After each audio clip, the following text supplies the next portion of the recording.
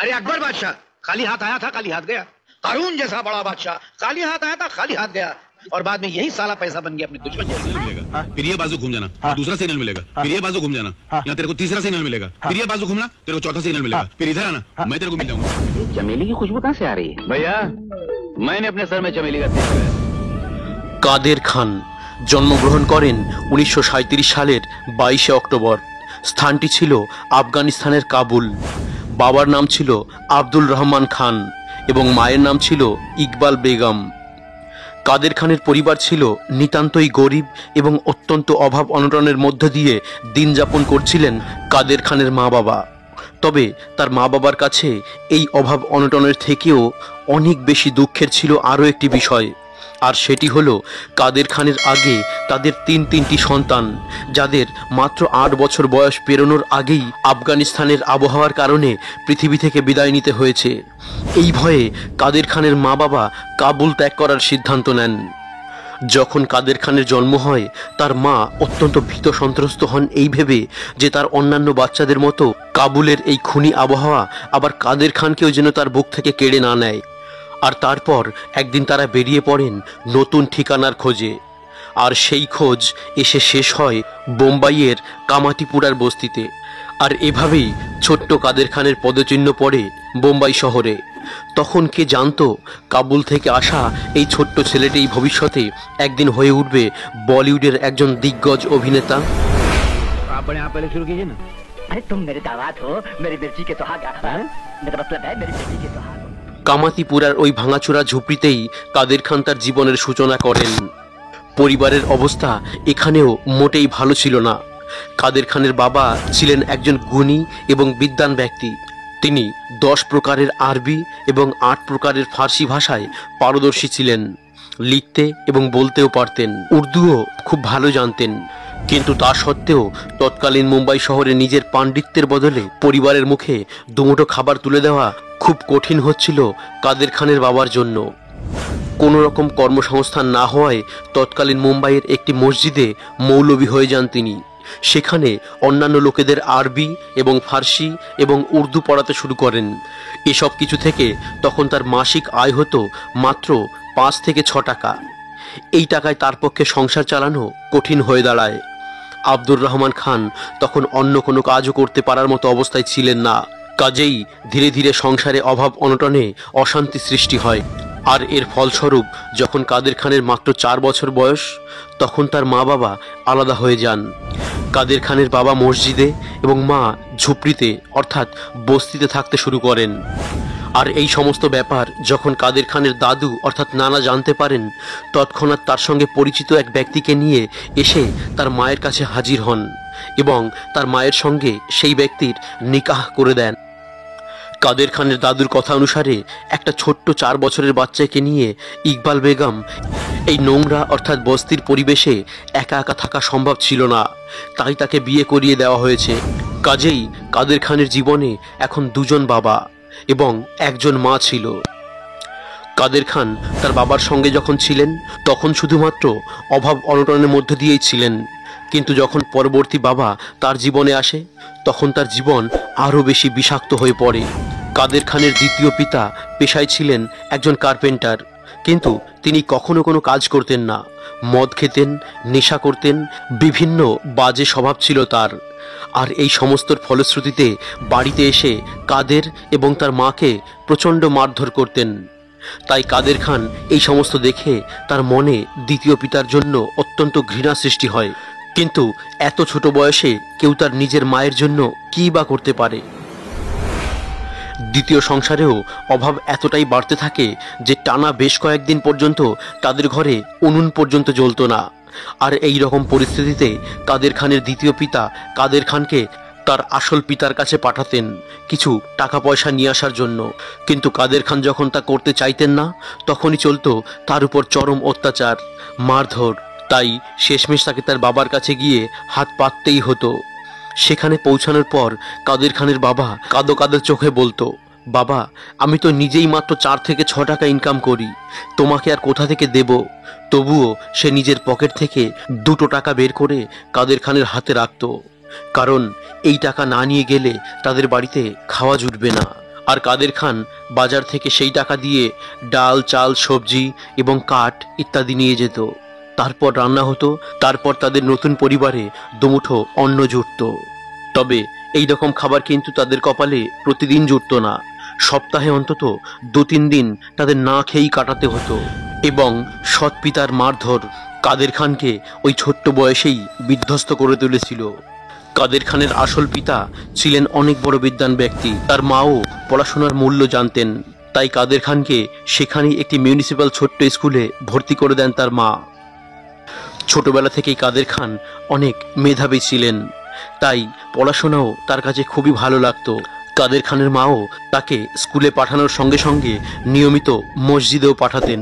তবে ঘরে ফিরে তার দ্বিতীয় পিতার মারধর এবং তার অত্যাচারে কাদের খান একদম বিধ্বস্ত হয়ে গিয়েছিলেন।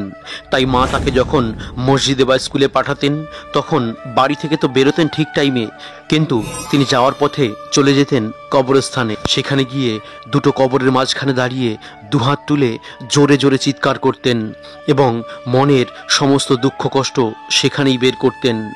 তার যেটা ভালো লাগতো সেখানেই বলতেন, যেটা খারাপ লাগতো সেটাও বলতেন। কাদের খান মনে মনে ভাবতেন, হয়তো এখানেই কেউ আছে যে আমার সমস্ত দুঃখ কষ্টের কথা শুনবে এবং বুঝতে পারবে।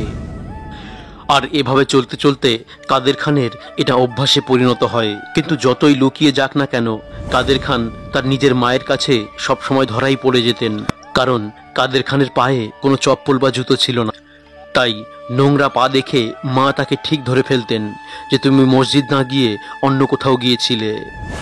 এরকমই একদিন রাতের বেলায় কাদের খান পৌঁছে যায় সেই কবরস্থানে এবং সেখানে গিয়ে নিত্যদিনের মতো দুহাত তুলে নিজের মনের কথা বলতে শুরু করে। এটা অ্যাকচুয়ালি তার একটা অভ্যাসে পরিণত হয়েছিল। তবে কাদের খান এটা জানতো না যে তার নিয়মিত এখানে আসা যাওয়া কেউ একজন তার পেছন থেকে গোপনে খেয়াল করছিল। তাই সেদিন রাতে যখন কাদের খান অন্ধকারের মধ্যে কবরস্থানে দাঁড়িয়ে দুহাত তুলে নিজের মনের কথা বলছিল, তখনই হঠাৎ করে কবরস্থানের এক পাশ থেকে একটা টর্চের আলো এসে কাদের খানের মুখে পড়ে। কেউ একজন তাকে বলতে শুরু করে, কি হলো বাচ্চা, তুমি রাতের বেলা এখানে দাঁড়িয়ে কি বলছো, কি বকবক করছো? তখন কাদের খান নির্ভীকভাবে বলতে থাকে, আমার যেটা ভালো লাগে আমি সেটাই বলতে থাকি, এতে আপনার কি? আর সেই ব্যক্তি আর কেউ নন, বিখ্যাত স্টেজ আর্টিস্ট আশরাফ খান। আশরাফ খান তাকে জিজ্ঞেস করেন, তুমি কি ড্রামাতে অভিনয় করতে চাও? কাদের খান সরল মনে উত্তর দেয়, এই ড্রামা কি? আশরাফ খান বলেন, তুমি এখানে দাঁড়িয়ে যেটা করছো সেটাই ড্রামা, করতে চাও? সে সময় আশরাফ খান রোমিও জুলিয়েটের উপরে একটি নাটক তৈরি করছিলেন, যেখানে 8-9 বছর বয়সী একজন ছেলে মেইন ক্যারেক্টারের দরকার ছিল, যে কিনা ডায়লগ মুখস্থ করে সবার সামনে নির্ভীকভাবে বলতে পারে। एक पल भी ये एहसास नहीं हुआ कि ये आदमी जिंदगी से या बीमारी से तंग आकर कभी खुदकुशी कर सकता है। ওই কবরস্থানে কাদের খানকে দেখে আশরাফ খানের খোঁজাখুঁজি ওখানেই সমাপ্ত হয়। তিনি কাদের খানকে ওই অবস্থায় দেখেই ঠিক করেন, এই হবে আমার পরবর্তী নাটকের মেইন ক্যারেক্টার। আশরাফ খান তার অ্যাসিস্ট্যান্টকে বলেন, আগামীকালই এই বালকটিকে আমার ছোট বাংলোতে নিয়ে আসবে, সেখানেই তাকে ট্রেনিং দিয়ে আমাদের নাটকের ক্যারেক্টারের উপযুক্ত করে তুলতে হবে। আর সেই মুহূর্ত থেকে ওই ছোট্ট বয়সেই কাদের খানের অভিনয় জীবন শুরু হয়। আশরাফ খানের পরিশ্রম এবং কাদের খানের একাগ্রতার জন্য মাত্র 1 মাসের রিহার্সালেই কাদের খান ওই নাটকের জন্য পুরোপুরি প্রস্তুত হয়ে যান। শেষমেশ যেদিন নাটকটি মঞ্চস্থ হলো, দর্শক মহলের সকলেই কাদের খানের অ্যাক্টিং দেখে অভিভূত হন এবং অনেকক্ষণ ধরে চলে ছোট্ট কাদের খানের জন্য হাতে তালি। নাটকের শেষে সমস্ত দর্শকদের স্ট্যান্ডিং ওভেশন এবং হাতে তালির গর্জনে পুরো থিয়েটার মুখরিত হয়। নাটক শেষে গ্রিন রুমেও চলে আসেন অনেকে কাদের খানকে আশীর্বাদ করার জন্য এবং তাকে শাবাশি দেওয়ার জন্য।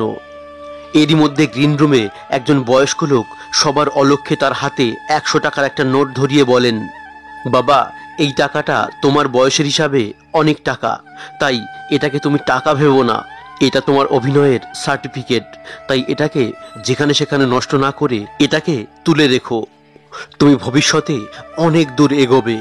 এই বলে সেই ব্যক্তি জনসমুদ্রে বিলীন হয়ে যান।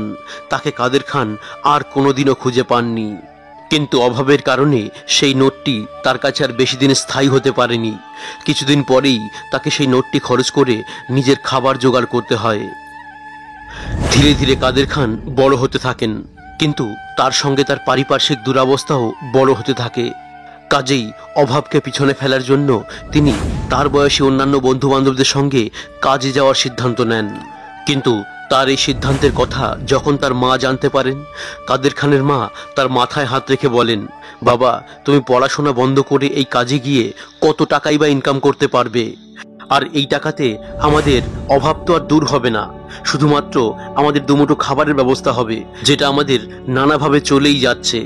তার থেকে বরং তুমি পড়াশোনা করো, পড়াশোনা করে একজন মহান ব্যক্তি হতে হবে, একজন সফল ব্যক্তিতে পরিণত হতে হবে, যাতে আমাদের অভাব অনটন চিরতরে ধুয়ে মুছে যায়।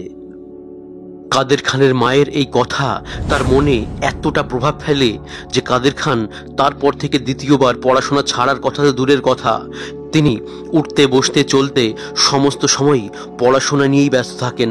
সবসময় তার মায়ের কথাগুলো তার মনের মধ্যে বাজতে থাকে, তাকে সফল ব্যক্তি হতে হবে। তাই পড়াশোনা ছাড়া তার পরবর্তীতে কাদের খানের জীবনে আর কিছুই ছিল না। পড়াশোনা করার জন্য তার কাছে যথেষ্ট খাতা কলমের ব্যবস্থা ছিল না, তাই খড়িমাটি দিয়ে তিনি ঘরের মেঝেতে লিখতেন এবং সেটাকে আবার ন্যাকড়া দিয়ে মুছে সেখানে আবার লিখতেন। ঈদের সময় যখন কম বেশি কিছু ঈদের বকশিস পেতেন, তিনি তার বন্ধু বান্ধবদের সঙ্গে পার্শ্ববর্তী সিনেমা হলে যেতেন একটি সিনেমা দেখতে। তৎকালীন সময়ে 25 পয়সা এবং 50 পয়সায় একটি সিনেমার টিকিট পেয়ে যেতেন। কাদের খান তার জীবনে যে প্রথম সিনেমাটি দেখেছিলেন তার নাম ছিল আন, এবং এরপরে তিনি দেখেন নয়া দর। এই নয়া দর সিনেমাটি তার খুব ভালো লাগে, তার মনে একটি ছাপ ফেলে দেয়। কাদের খান পড়াশোনায় তো খুবই ভালো ছিলেন, কিন্তু এই সমস্ত সিনেমা দেখার পর তার মধ্যেকার সেই ছোট্টবেলার ড্রামা আর্টিস্টটি আবার জেগে উঠতে শুরু করে। পড়াশোনার সঙ্গে সঙ্গে তিনি বিভিন্ন ড্রামার স্ক্রিপ্টও লিখতে শুরু করেন। স্কুলে বন্ধু বান্ধবদের নিয়ে সেগুলো মঞ্চস্থও করতে শুরু করেন। স্কুল শেষ করার পর তিনি ভর্তি হন ইসমাইল ইউসুফ কলেজে। একদিন তাদের সেই কলেজে একটি নাটকের অডিশন হচ্ছিল, যেখানে তার বন্ধুরাও অডিশন দিচ্ছিলেন। কাদের খানকেও তার বন্ধুরা বলায় তিনিও ফর্মটি ফিল আপ করেন এবং অডিশনের জন্য প্রস্তুত হন। আর অডিশন প্যানেলে উপস্থিত ছিলেন প্রমোদ যোশী। প্রমোদ বাবু কাদের খানকে কয়েকটি পেজ দেন সেখান থেকে পড়ে ডায়লগ ডেলিভারি করার জন্য, কিন্তু কাদের খান একের পর এক ডায়লগ ডেলিভারি করতে থাকেন, যাতে 1, 2, 3 করতে করতে 10টি পেজ শেষ হয়ে যায়। প্রমোদ বাবু তখনও পর্যন্ত তাকে থামাননি, কারণ কাদের খানের ডায়লগ ডেলিভারি এবং তার এক্সপ্রেশন দেখে তিনি অভিভূত হয়ে যান। তিনি তাকে থামার কথা বলতেই ভুলে যান। ওই মঞ্চেই প্রমোদ যোশী তাকে জিজ্ঞেস করেন, তুমি এই কলেজের আগে কত নাটকে অভিনয় করেছো? কাদের খান তখন বলেন, আমি আমার নিজের লেখা মাত্র 7 থেকে 8টি নাটকে আমি এই কলেজ এবং স্কুলে অভিনয় করেছি। প্রমোদ যোশী তাকে সিলেক্ট করে নেন এবং কলেজেরই একটি নাটকে তাকে একটি ইম্পর্টেন্ট ফকিরের রোল দেন। নাটকের স্ক্রিপ্ট যখন কাদের খানের কাছে আসে, তিনি পুরো স্ক্রিপ্টটি পড়েন, কিন্তু কোনো এক জায়গায় কাদের খানের মনে হচ্ছিল যে এখানে স্ক্রিপ্টটি ঠিক নেই। তিনি প্রমোদ বাবুকে সে কথা বলেন। প্রমোদ বাবুও বলেন, কোথাও একটা কমতি আছে, কিন্তু কি আছে সেটা আমি ধরতে পারছি না।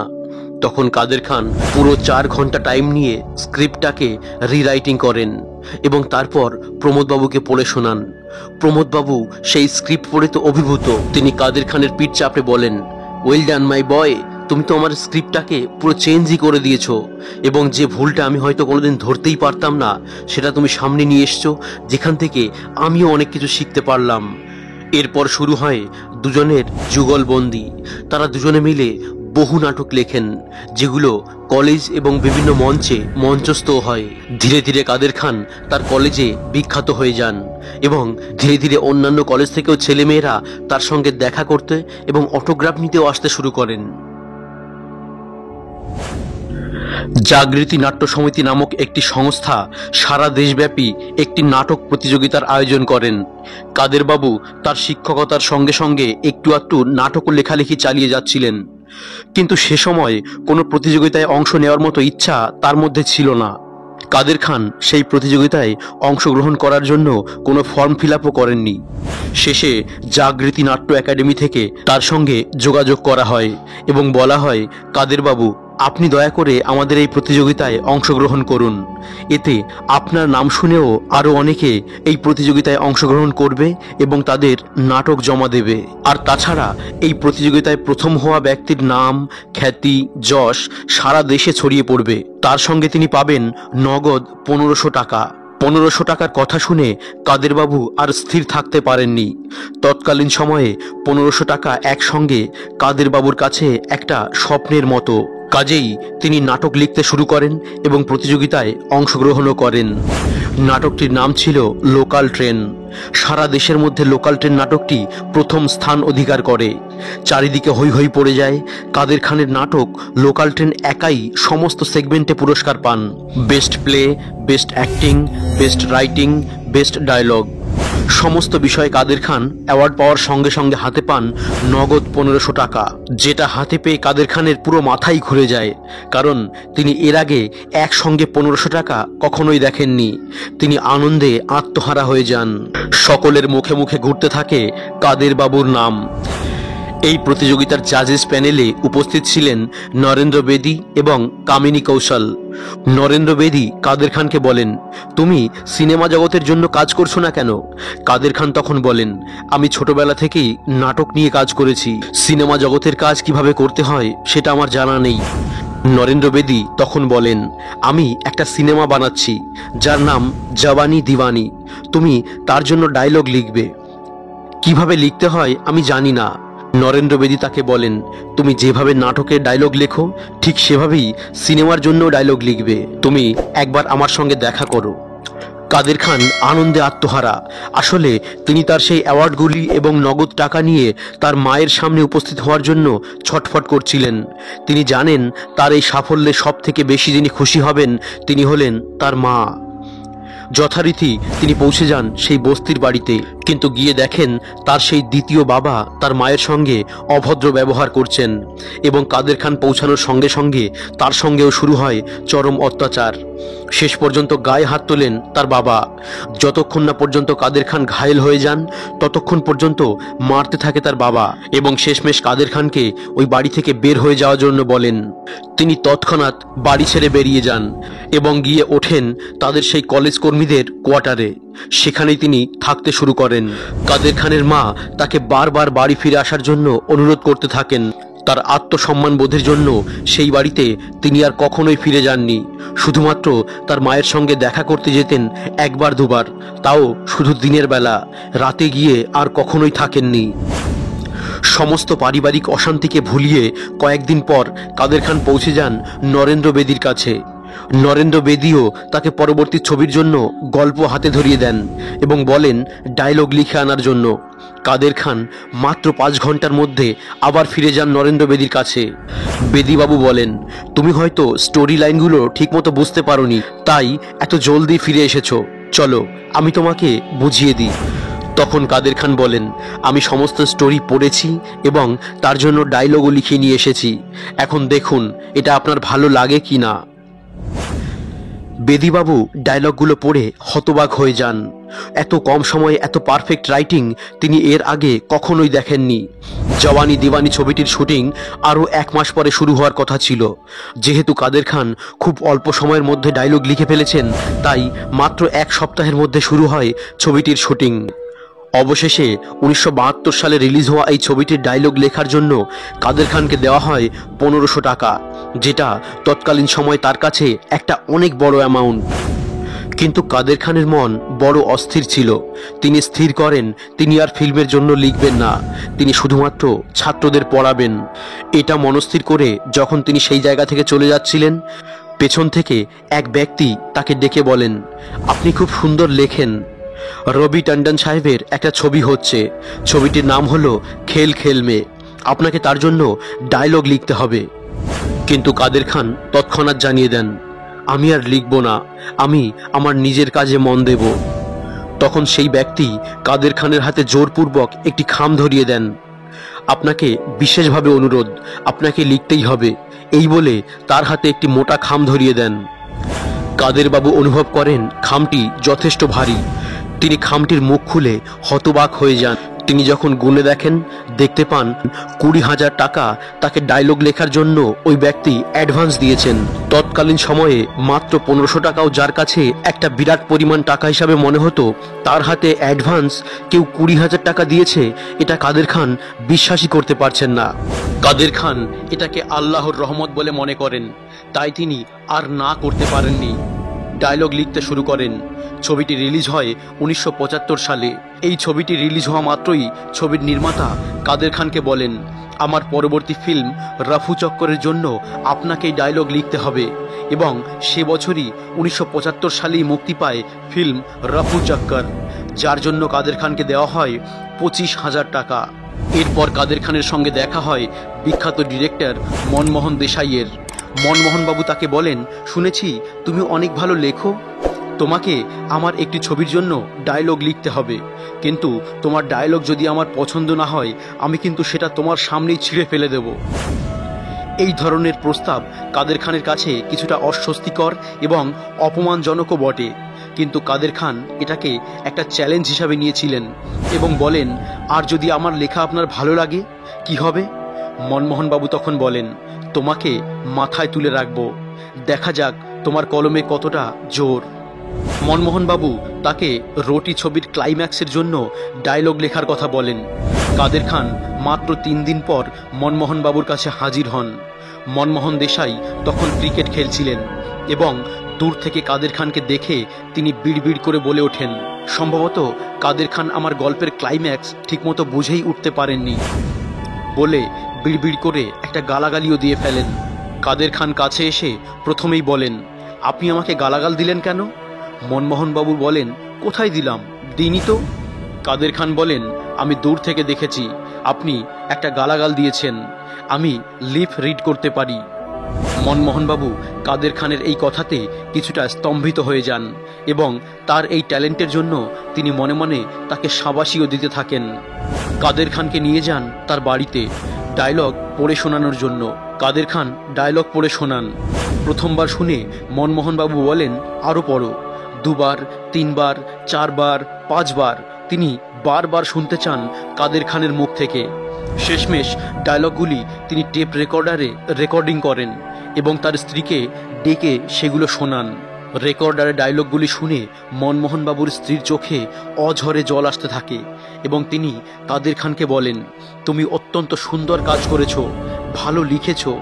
যে ক্লাইম্যাক্সের ডায়লগগুলি নিয়ে মনমোহনবাবু গত 6 মাস ধরে বসে আছেন, তুমি মাত্র 3 দিনে সেটাকে লিখে কমপ্লিট করে দিয়েছো এবং অদ্বিতীয় হয়েছে তোমার ডায়লগের লেখাগুলি।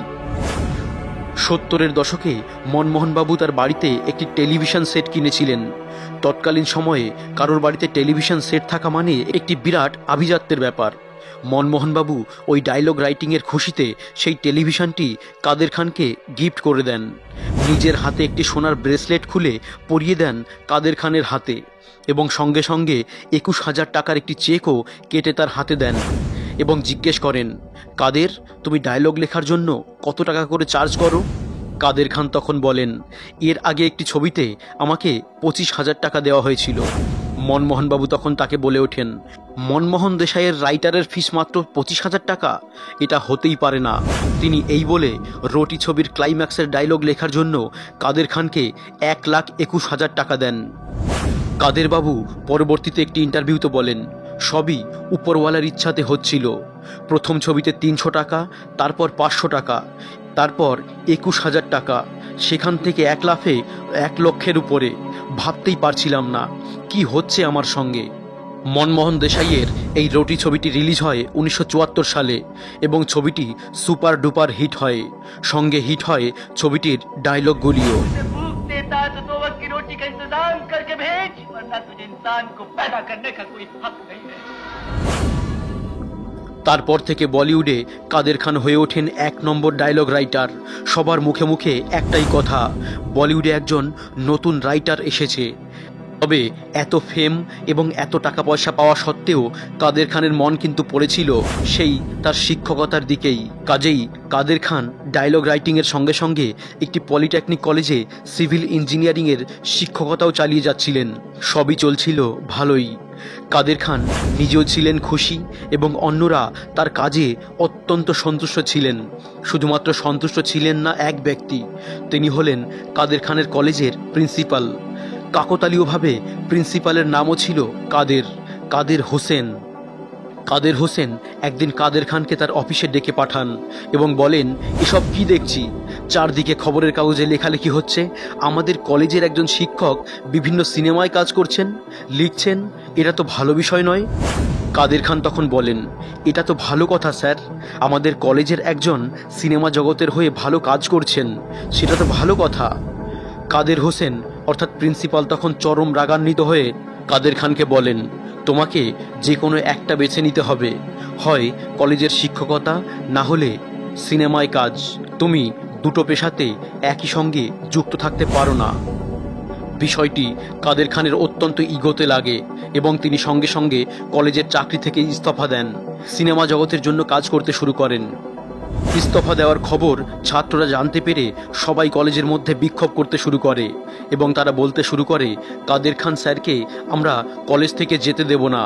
এর জন্য আন্দোলন শুরু হয় কলেজে। কাদের খান তাদের মাথায় হাত দিয়ে আশ্বস্ত করেন এবং বলেন, বাবা, লেখাপড়া শিক্ষকতা হলো আমার কাছে পূজার মতো, তাই এটাকে তোমরা আন্দোলন বা ভাঙচুর করে কলুষিত করতে যেও না। পড়াশোনা করো, ভালো রেজাল্ট করো, জীবনে অনেক দূর এগিয়ে যাও। এরপর কাদের খান তার অভিনয় এবং লেখালেখির জীবনে ব্যস্ত হয়ে পড়েন। কাদের খানের লেখা নাটক লোকাল ট্রেনে তিনি নিজেও অভিনয় করেছিলেন, আর এই নাটকটি দেখেছিলেন দিলীপ কুমার স্বয়ং। দিলীপ কুমার কাদের খানের এই অ্যাক্টিং দেখে তৎক্ষণাৎ ডিসিশন নেন যে পরবর্তী তার দুটি ছবিতে তিনি কাদের খানকে কাজ করাবেন। যদিও দাগ নামক একটি ছবি হলো কাদের খানের জীবনের অভিনয় জগতের প্রথম ছবি। এরপরেই দিলীপ কুমার তাকে নেন সাগিনা এবং বৈরাগ নামক দুটি ছবিতে। এরপর কাদের খানকে আর পিছন ফিরে তাকাতে হয়নি। 1974 সালে তিনি করেন গুঞ্জ, দিল দিওয়ানা। 1975 সালে করেন আনাড়ি, জওয়ান এসে পুছো।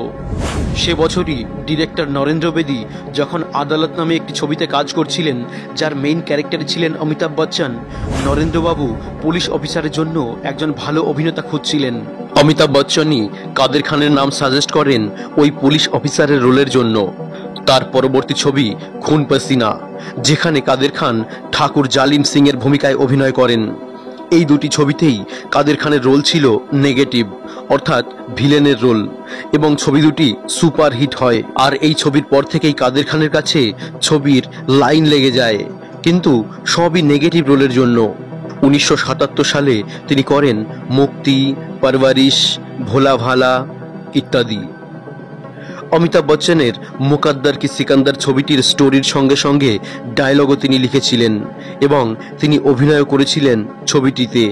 কাদের খানের লেখা এবং তার অভিনয় চারিদিকে প্রশংসা কুড়াতে শুরু করে। তবে কাদের খানের অভিনয় জীবনে সফলতা আসে তার নেগেটিভ ক্যারেক্টারগুলোর মধ্য থেকে, অর্থাৎ ভিলেনের চরিত্রে অভিনয় করে। কাদের খান 1979 থেকে 1982 সাল পর্যন্ত অভিনয় করেন সোহাগ, কুরবানি, সমা, কালিয়া, তিসরি আঁখ, জিও और जीने दो সহ আরও অনেক ছবিতে। একই সাথে অমর আকবর আন্তনি, পরবরিশ, খুন পসিনা ইত্যাদি ছবিগুলি কাদের খানের কলমের জাদু। এছাড়াও তিনি লেখেন সুহাগ, মিস্টার নটওয়ারলাল ইত্যাদি ইত্যাদি। ডায়লগ রাইটিং এবং অভিনয় কাদের খান চালিয়ে যাচ্ছিলেন সমান তালে। সবকিছু চলছিল খুব ভালোই, কিন্তু একদিন কাদের খান লক্ষ্য করেন তার দুই ছেলে স্কুল থেকে ফিরছে অনেকটা বিষণ্ণ হয়ে এবং তাদের জামা কাপড় কোনো কোনো জায়গায় ছেঁড়া অবস্থায় রয়েছে। মনে হচ্ছে তারা কোথাও মারামারি করে এসেছে। কাদের খান জিজ্ঞেস করেন, তোমাদের কি হয়েছে? তোমরা স্কুল থেকে এমন হন্তদন্ত হয়ে ফিরছো কেন?